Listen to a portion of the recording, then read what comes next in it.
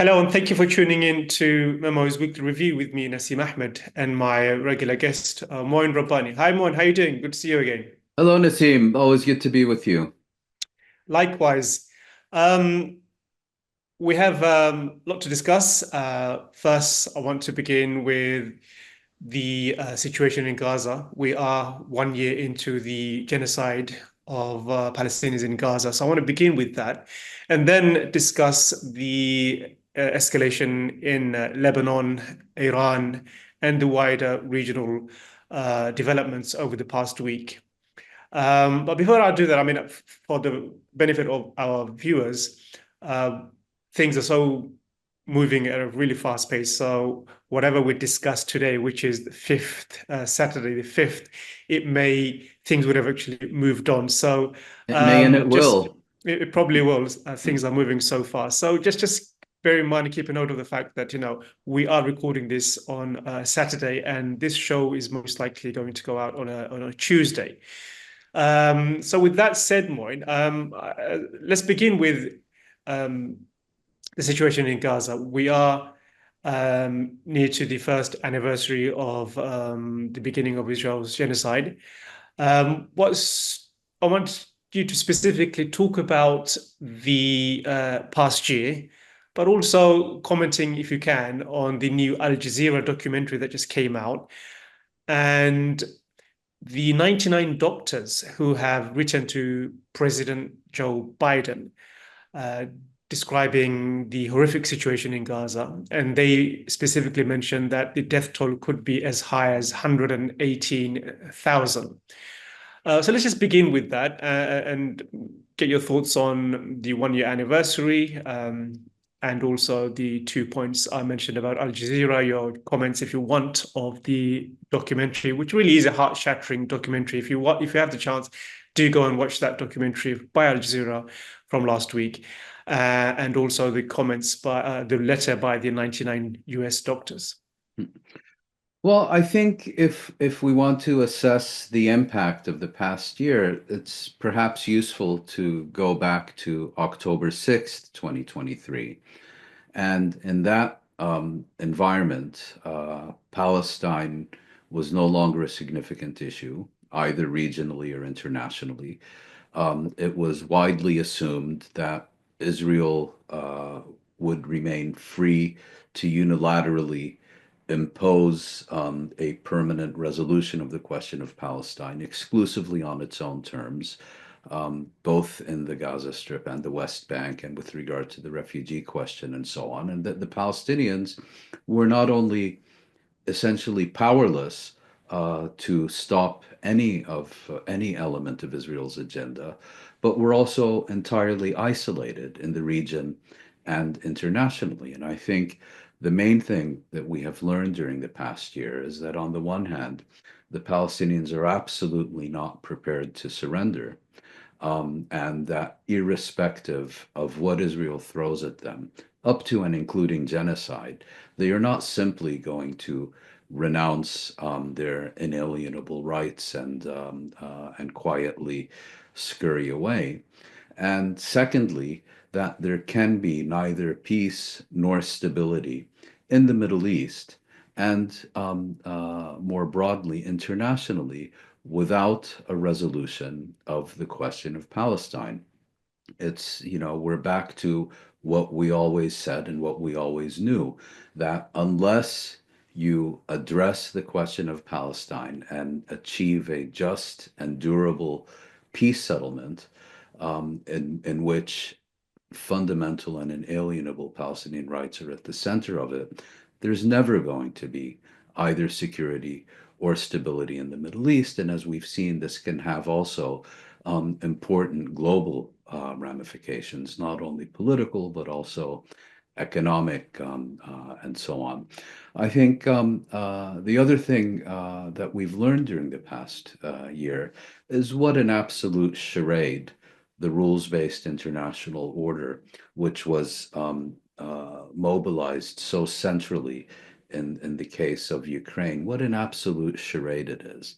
That it basically means rules, regulations, international law only apply to others, not to the West and its friends. We've seen this in the way that they have been absolutely dismissive of South Africa's genocide case against Israel before the International Court of Justice, even though a very large majority of international Court of Justice judges, including its American president, found that South Africa had presented a plausible case. U.S. Secretary of State Antony Blinken, the self-appointed guardian of international law, simply dismissed it with a wave of the hand as meritless. We've seen the same with the way that Israel's Western sponsors and allies have tried to bully the International Criminal Court into rejecting the prosecutor's application for arrest warrants of Israeli leaders and so on, basically saying the court only has jurisdiction to go after Palestinians, and Israelis should continue to enjoy complete impunity and lack of accountability for any war crime, any crime of humanity that they choose to perpetrate against the Palestinian people. That's really the West's position. Israel has the right to do anything it wants, up to and including genocide against the Palestinian people. And the only crime are the efforts to hold Israel accountable for its actions. And those are things that, again, we arguably always knew and always said, but they have been clarified to an extraordinarily further degree during the past year. I think we have also learned other things that perhaps we didn't know before. I mean, the speed and scope of mobilization, particularly in Europe and North America, in support of Palestinian rights and against these Israeli crimes, has been something that I think many of us never expected to see in our lifetimes. On the flip side of that, the absolute paralysis, to put it politely, of Arab governments and the Arab state system and the Arab League, which doesn't even deserve the term complicity, because it has simply been a self-imposed absence. That's something that perhaps took people by surprise. But against that, we've also seen popular opinion mobilized and movements in various countries of the Middle East mobilizing not only to express support for the Palestinians, but to take concrete actions in their support. So just very briefly, those would be my headlines. Of course, we can discuss it a lot further in terms of what has happened and how it's happened. I mean, I think a key issue, of course, is the Gaza Strip no longer exists. It has literally been wiped from the face of the earth and made into a territory that is, by design, no longer fit for human habitation. And it's an open question whether any efforts could make it once again fit for human habitations, and how this society is going to reemerge and reconstitute itself, given the extraordinary intensity of violence and trauma imposed against it. And here again, we've learned there are no red lines. Anything Israel chooses to do against the Palestinians in the Gaza Strip, whether it's mass murder and genocide, the unprecedented killings of journalists, of healthcare workers, of aid workers, and so on, the systematic destruction of the healthcare system, of civilian infrastructure, of every university in the Gaza Strip, all of this will be tolerated, not tolerated, justified, supported, enabled under the rubric of Israel's sacred right to self-defense. So state terrorism has literally been redefined as legitimate self-defense. You began by speaking about the Abraham Accords. it's Palestinians have demonstrated that you cannot simply leapfrog the issue and have a regional peace. So I think uh, that needs to be considered, especially given that many people hail the Abraham Accords and see it as a triumph, and also hail Donald Trump saying this guy is brought peace to the region. And I think the contrary is actually the truth. If you look at what's happened since 7 October, and you have to put some of the blame on Trump and the so-called Abraham Accord for bypassing the Palestinian issue. And this again shows that, there is no way you could bypass the Palestinian issue to create regional peace. This has to be at the center of a formula for peace in the region. And the second point is about US complicity. And we saw two examples of that from this week. I think we speak about that every week, but this week there was leaked emails showing how the Biden administration were warned as early as October that Israel's plan in the Gaza Strip would amount to war crimes, crimes against humanity. Biden completely ignored that. There seems to be now a pattern. We were speaking, I think, last week about how Blinken ignored reports and warnings issued by his own department that Israel was violating international law by preventing US aid from reaching to Gaza. So, do you want to speak more on that pattern, how the US has Yes. completely ignored and enabled this genocide? Yeah. And yeah, I mean, if you want to just add to that point, please do. Yeah. Well, I think that when the history of the past year and the crisis that erupted on October 7th and everything that's happened since then, when that history is finally written, I think clearly U.S.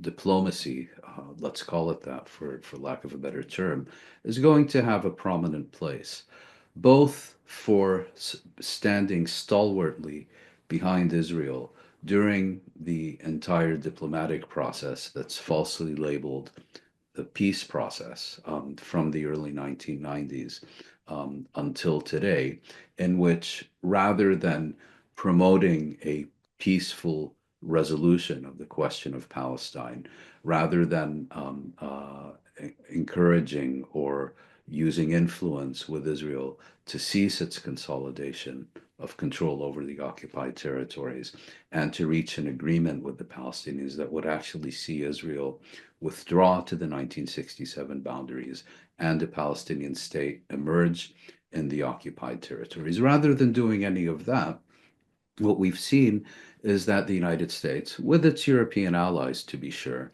have lost no opportunity to use this diplomatic initiative as a fig leaf to enable Israel to deepen and entrench its annexationist agenda in these territories. And that is an absolutely key part, I think, of the story that led to October 7th, because what happened on October 7th is that a crisis, it did indeed erupt on that day, but it was many years and arguably decades in the making. Secondly, the traditional approach to Middle East peace, if you will, had been that Arab-Israeli normalization would be the outcome of a resolution of the question of Palestine. In other words, once Israel finally crosses the bridge and reaches a resolution with the Palestinians, then after that, Arab states would normalize relations with Israel. This was, for example, the core part of the Arab Peace Initiative of 2002 that Israel immediately and categorically rejected. What the U.S. did during the Trump administration, and I think it would be unfair to lay responsibility solely at Trump's feet because it was in many ways a logical conclusion of U.S. diplomacy in previous years. What these so-called Abraham Accords tried to do was instead to reach Arab-Israeli normalization agreements, not in order to promote a resolution of the question of Palestine, but rather to marginalize and isolate the Palestinians so that Israel could unilaterally impose its conditions on them and essentially move forward with the annexation of the occupied territories without consequence. These normalization agreements were basically an effort to provide a halal certificate to Greater Israel. And I don't think you can write a history of the past year without assigning a prominent place to these two developments. Regarding the second issue you raised, let's put international law aside for a second, because I think the United States has made absolutely clear that international law is for suckers and for others, and that the US is too important to pay it any heed. What we're really talking about here is not international law. We're talking about US domestic legislation. And the other thing that we've learned, arguably learned yet again during the past year, is that the US government will go to any lengths necessary to subvert its own legislation, to undermine requirements that have been placed upon itself by its own domestic legislature in order to enable and support and participate in Israeli war crimes. We talked about that last week, and now, with every passing day, it seems more evidence is emerging that the U.S. was deliberately seeking to subvert its own laws, not international law, U.S. law, and legal obligations that apply specifically to the U.S. government about how U.S. military aid can be used, that it was basically sabotaging its own laws for one purpose only: to enable Israeli genocide against the Palestinian people. And I think what this demonstrates very clearly is how deeply invested the United States is geopolitically in ensuring Israel meets its objectives, because for the United States, the only red line with respect to Israel and the Palestinians is Israeli failure. I mean, on top of that, I think one could make the argument that the US is also misleading its population. And we got an example of that last week in exchange between the spokesperson for the State Department, Matthew Miller. So he was asked a question about ceasefire. And Matthew Miller, he said that, we've never wanted to see a diplomatic resolution with Hamas. That was his answer to an exchange with one of the journalists. And then the journalist asked him, so what about all those examples where US tried to seek a ceasefire? And he said, well, I wish Hamas would come to the table. So again, this is like, you can't have it both ways. On the one hand, you cannot say you've never wanted any diplomatic resolution with Hamas, and on the other hand, say, oh, you wish Hamas would come to the table, and then in the same exchange, say that you want the complete annihilation and destruction of Hamas. I mean, there's this contradiction after contradiction, and that exchange, I thought, was really revealing to the US motives and the role it's played. Of course, we know Biden will support any genocide as long as it makes Israel safe. But with the manner in which it's being done, there's so much duplicity, so much miscommunication, there's so much lying, frankly, that's coming out from the State Department. Yes, I mean, in fairness to Miller and his endless prevarications, arguably what he was trying to say is that our bottom line is a Palestinian and Arab capitulation. And if diplomacy can help bring that about, then we will engage in diplomacy. But what we are not in any way interested in is an agreement that requires Israel to also stop any behavior that it wants to continue with. Listening to these U.S. Spokespersons, whether Miller or any of his cohorts, Kirby at the White House or others at the Pentagon and so on, it's quite amusing that to hear them constantly plead ignorance about what's actually happened. U.S. citizens get killed by Israel in the Gaza Strip or in the West Bank or in Lebanon.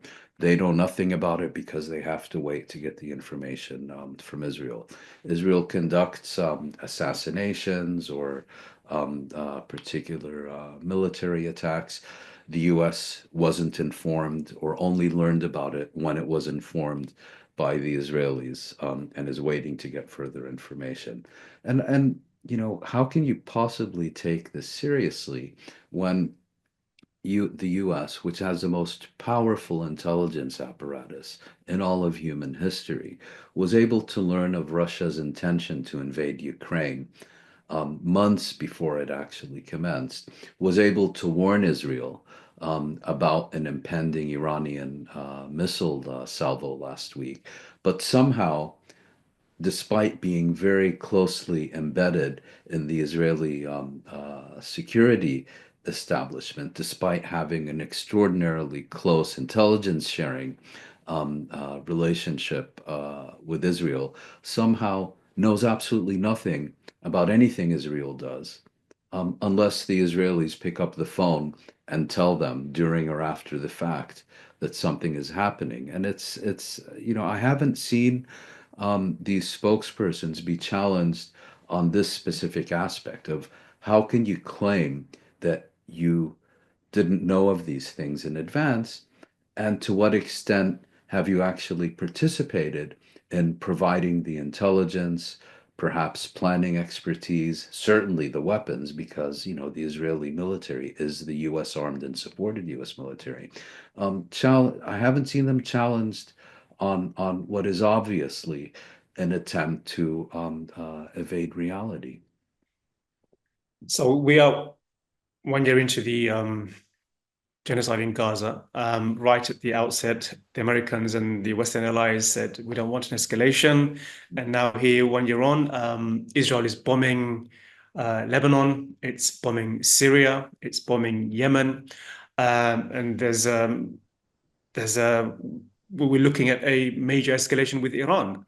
So that was the major story from last week. Iran's, I should say, precision bombing of Israeli targets that's been spun into something completely different. That it was an Iranian failure. I mean, if you look at this from if you have in a reasonable way, you'd conclude that Iran targeted what it wanted to target. The message it was sending that we have precision missiles. If we wanted to cause damage, we can cause damage, but we're not doing that. We are targeting military installations. That's the message that should be sent. But instead of that, the usual neocons in the New York Times and elsewhere, Bolton and others are calling for this full-on war with Iran. So what have you made of the past week, Iran's attack? How do you think Israel may respond to that? And also just the neocons just bloodthirsty for war with Tehran. Well, Iran has been pursuing a policy of what it terms strategic patience, which basically means building up its own capacities, avoiding a direct military confrontation with either Israel or the United States, or for that matter, others in the region, of providing support to its coalition partners in the axis of resistance, but seeking to avoid certainly a full-scale war and supporting what has been an attritional war against Israel.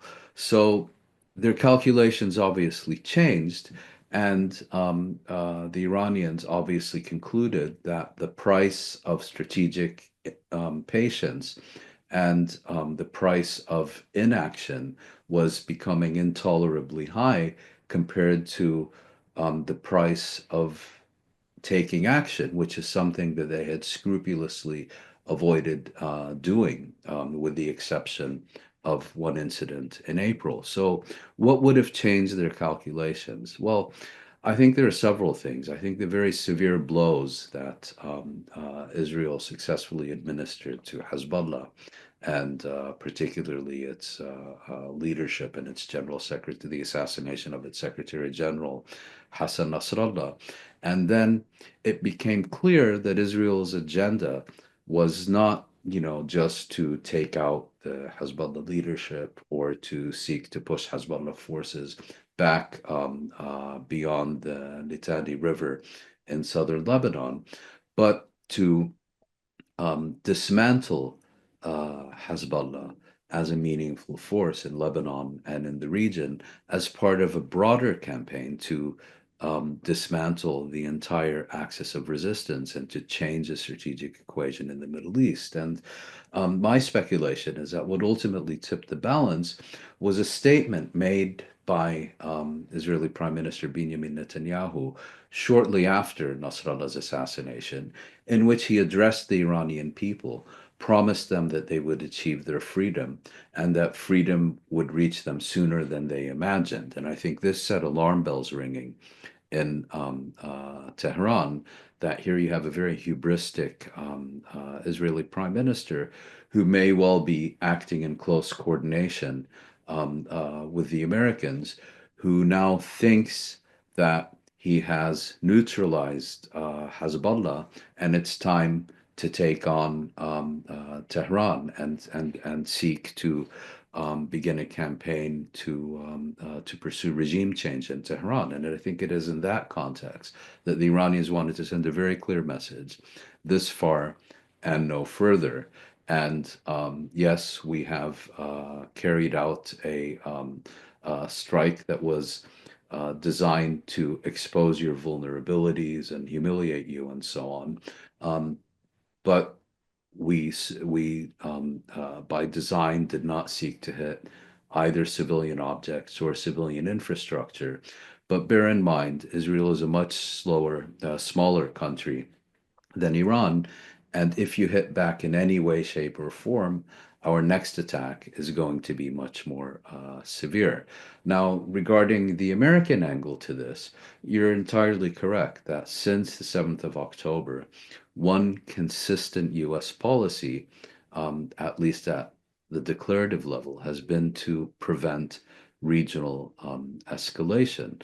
The problem is that Israel has consistently undermined that policy in two ways. First of all, by rejecting a ceasefire in Gaza, it has made it impossible to achieve an agreement whereby all the other regional parties who became involved in this crisis would cease their involvement.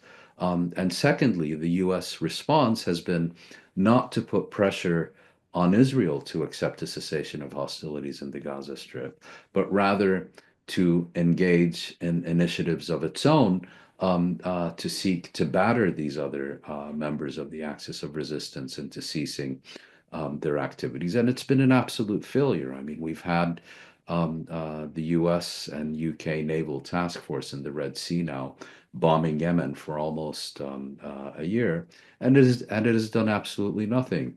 They've been bombing Iraqi militias who, if anything, have escalated their attacks. And I think we now are facing a situation where the US, rather than being dragged further into the regional quagmire by Israel, may well have come to the conclusion that Israel's determination to redraw the strategic map of the Middle East, to fundamentally change the strategic equation in the Middle East. I think there are powerful forces in the US National Security Council and elsewhere in the Biden administration who believe this is now an agenda whose implementation can succeed and who are fully on board with it. And for that reason, I think we're now living in a very dangerous moment, particularly the next few months before Biden is carted out of the White House. So, just, continue with the end part of your answer. If there is a desire to redraw the balance of power in the region, do you think the position taken by the Gulf countries and the other Arab countries over the past week kind of forecloses that? Because I was listening to a number of US officials. They're saying that if we could get the Arab countries, the Gulf countries on board, we could have a um, coalition of US and its allies against the axis of so-called resistance, and with that we can remake the Middle East, democratize, whatever they want to call it. But now with the Arab countries saying that they want to remain neutral, Saudi foreign minister also saying that we want to begin a new chapter with Iran, live as brothers. Maybe it's all for the camera, who knows? But it seems like the Arab countries don't want to be drawn into this, especially the Gulf countries. They know what's at stake. With that said, do you think US could pursue the hawkish side anyway, pursue an aggressive agenda to redraw the balance of power in the Middle East if the Gulf countries, Saudi Arabia in particular, including the UAE, who we've also said they want to remain neutral, if they don't play ball? I think it can. Look, these Gulf states have seen how Israel is not only not invincible and vulnerable, but can even defend itself against 180 Iranian ballistic missiles. And they understand full well, and they've had experience of this, both during their war against Yemen and during the Trump administration, that Iran is perfectly capable of hitting strategic infrastructure throughout the Gulf. And it is for this reason that they have adopted a position of neutrality and stated that they won't allow any state that launches attacks on Iran to use their airspace to do so. Now, my suspicion is that yes, they would like any initiative against to weaken Iran to succeed, and may even be cooperating with it within various covert ways. But they have very serious doubts about the willingness and commitment of the US to see this through, and they have even greater doubts about the capability of the Israelis. And so, therefore, it makes perfect sense, given that they would be the first ones to be hit. I mean, Iranian missiles are not going to be raining down on Berlin and Brussels and New York and San Francisco. They're going to be hitting these Arab states on the other side of the Persian Gulf, and it makes sense for them, of course, to publicly profess their neutrality and try to stay out of a conflict that could extract greater costs from them than from potentially any other party. We'll move on. Just want to get your reflections on revelations by the Lebanese Foreign Minister, Abu Habib. So in an interview with Christian Amonpo, he said that Hassan Nasrallah had actually agreed to a ceasefire with the Israelis, and Israelis had also agreed to that ceasefire before his assassination. Despite that, Israel went and assassinated him. Just your thoughts on that? I mean, when I heard that news, it was another, for me anyway, another example of how Israel views peace initiatives as a peace offensive. We saw that in many examples with its treatment of negotiations with the PLO, Fatah, and Hamas. How any peace gesture Israel would see as some kind of a threat because it wants to radicalize the Palestinian response, present them as some kind of a extremists who they cannot negotiate with. Is this another example of that, where any gesture for peace and ceasefire is not something Israel could countenance, because ultimately the goal is the takeover of Palestine. The goal is regional domination. I think it is, but I also have to say there's some things about this story that I'd like to learn more about, because, of course, Hezbollah's consistent position has been that it would only agree to a ceasefire with Israel if and when Israel agreed to a cessation of hostilities in the Gaza Strip. And if these reports are true, that Hezbollah had agreed to a separate ceasefire with Israel, that would be an absolutely massive climb down that would either suggests that Hezbollah had been so badly battered by Israel that it felt the need to take this decision, or it means that perhaps there were other elements to this initiative that we're unfamiliar with that would have tied it to developments in the Gaza Strip. So I find it difficult to comment on this because it's also, entirely possible that the Lebanese foreign minister was trying to demonstrate that Israel basically rejects diplomacy and ceasefire negotiations and was talking about talks that had not yet been concluded. So I'm not really prepared to jump to conclusions on that one. Yeah, I think we can continue that in another conversation if more information comes out. But let's end with Netanyahu. And one thing that struck me from last week is how his popularity in Israel has been boosted by the regional escalation, the war with Hezbollah, Iran, and now Syria as well. Of course, he's been bombing Syria. Polls show that if Netanyahu, or if there was an election in Israel, the Likud would win, which is a huge comeback for Benjamin Netanyahu. And sometimes you have to wonder. I mean, at the end of back of his mind, maybe he's also thinking, his legacy. Did Yes. he want to? Did he want to um, just simply end his war with Gaza? Because if he did that, then he would have gone down as a failure, as one of the most disastrous Israeli prime ministers ever. But now, with the escalation in Lebanon and elsewhere, he's now somehow become born again. So, legacy, I'm sure, plays a part in these kind of calculations. And so, what do you make of the fact that Netanyahu now has made a comeback? He's seen almost as a savior. He'd most likely win another election. And what do you also make of the fact that Western allies of Israel constantly point to Netanyahu as the problem? They say if only Netanyahu wasn't there, this issue would have been resolved. So, just get your final comments on Well, that.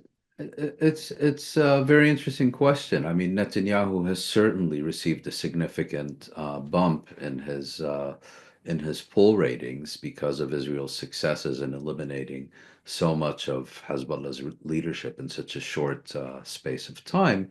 And I think we also have to recognize that I think it was Diana Buttu who made the observation that Israel has become a genocidal society. So kind of, the more slaughter, the greater the bloodbath, the more popular the Israeli leader is going to become. I think what has happened in the past few months, at least is my own assessment, is that if you look back at the end of last year, um, in the immediate aftermath of October 7th, Israel's response was characterized by bloodlust, by revenge, by very quickly became apparent by genocide and by, as we were talking earlier, even U.S. civil servants already in the first month were able to conclude with confidence that continued U.S. assistance to Israel would result in the U.S. being complicit in Israeli war crimes. But there wasn't much of a strategy at that point, aside from kill, kill, kill, destroy, destroy, destroy. I think what has happened in recent months over the summer is that Israel has finally regained its footing and has adopted a clear strategy, which is to fundamentally transform the balance of power in the Middle East, to change the strategic equation, as we've just been discussing, to dismantle the axis of resistance by delinking it from Gaza, by dismantling its elements one by one, as we're seeing now in Lebanon, and ultimately by pursuing regime change in Iran. And we talked about Iran. I think the other element to bear in mind is that most people consider an Israeli response to the latest Iranian response to be more or less inevitable. It may well come on October 7th. And the Iranians have already committed that that will be with a stronger Iranian response. If all that happens, I think it's only a matter of time before the United States, true to form, becomes directly involved, and Netanyahu will have achieved his ultimate objective of engineering a direct US-Iranian military confrontation. And it bears recollection, the one who he succeeded with, it's not George W. Bush, it's not Donald Trump, but it is Joe Biden, who again yesterday was repeatedly bragging that he's been the most pro-Israeli US president in history, bragging about this in the midst of an intensifying genocide. Just to add to the bragging, and also seeming to appear as though he does not care that this is affecting the Kamala Harris's electoral victory. In the comments he made, it's like, yes, I've been the most pro-Israeli, and when someone questioned him that is harming the Democrats' electoral victory against Trump, he seemed nonchalant. Yes, well, these are principles he's prepared to pay a price for. If the price of complicity in Israeli genocide, if the price of ensuring Israeli impunity for its actions is losing the elections, then so be it, because quite clearly, um, uh, supporting Israel's genocide and ensuring Israel's impunity is a more important objective than winning the next election. I think one can say it's that simple. But to get back to the issue of Netanyahu and his legacy, I do think legacy fits into this.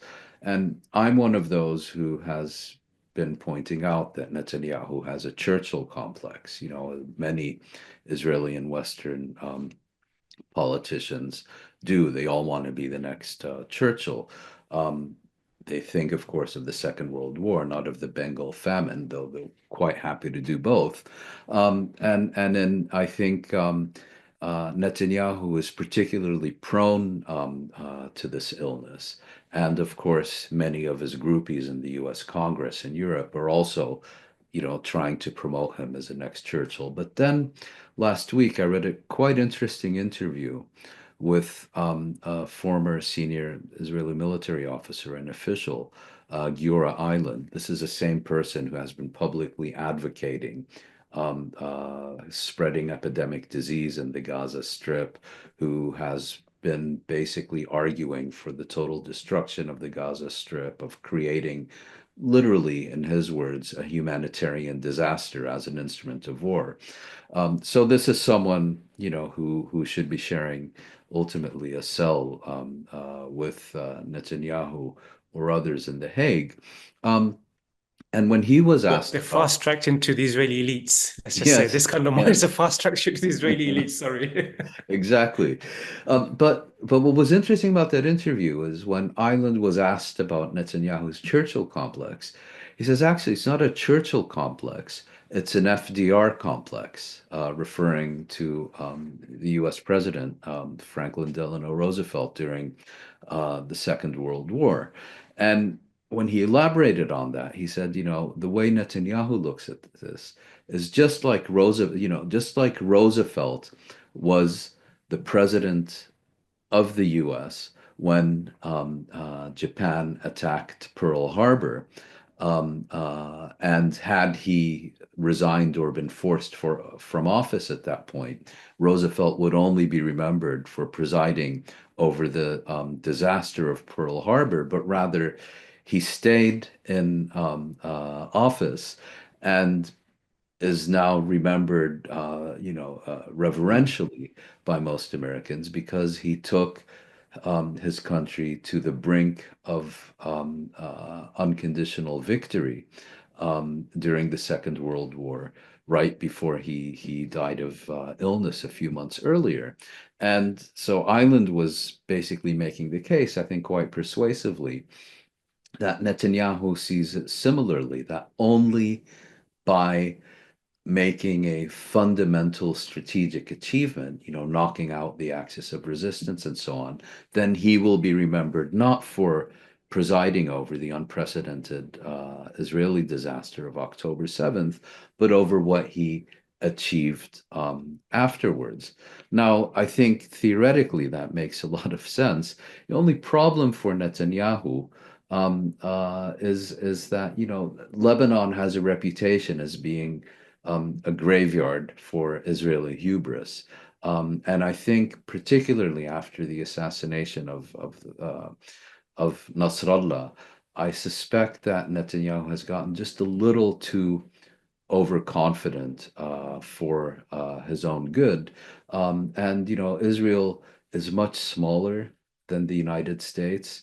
Um, uh, Pearl Harbor aside, Germany and Japan during the Second World War did not have the capacities to inflict damage on the US homeland that Iran would have on Israel. So, yes, I do think Netanyahu has these fantasies, but they're going to have a very difficult encounter with reality, I believe, if he goes through with them. Hmm. I think people forget that the biggest protection the US has is the fact that it's got two oceans, you know, separating it from the rest of the world. That's the Yes. biggest protection it has. Mm, Israel doesn't have that protection. mm. So that was my guest, Mouin Rabbani, sharing his thoughts and analysis from the Middle East from the past week. Thank you, Mouin, Thank as you. always, and thank you for tuning in. See you in another conversation with my guest, Mouin Rabbani, next week in our weekly memo review show. Bye-bye.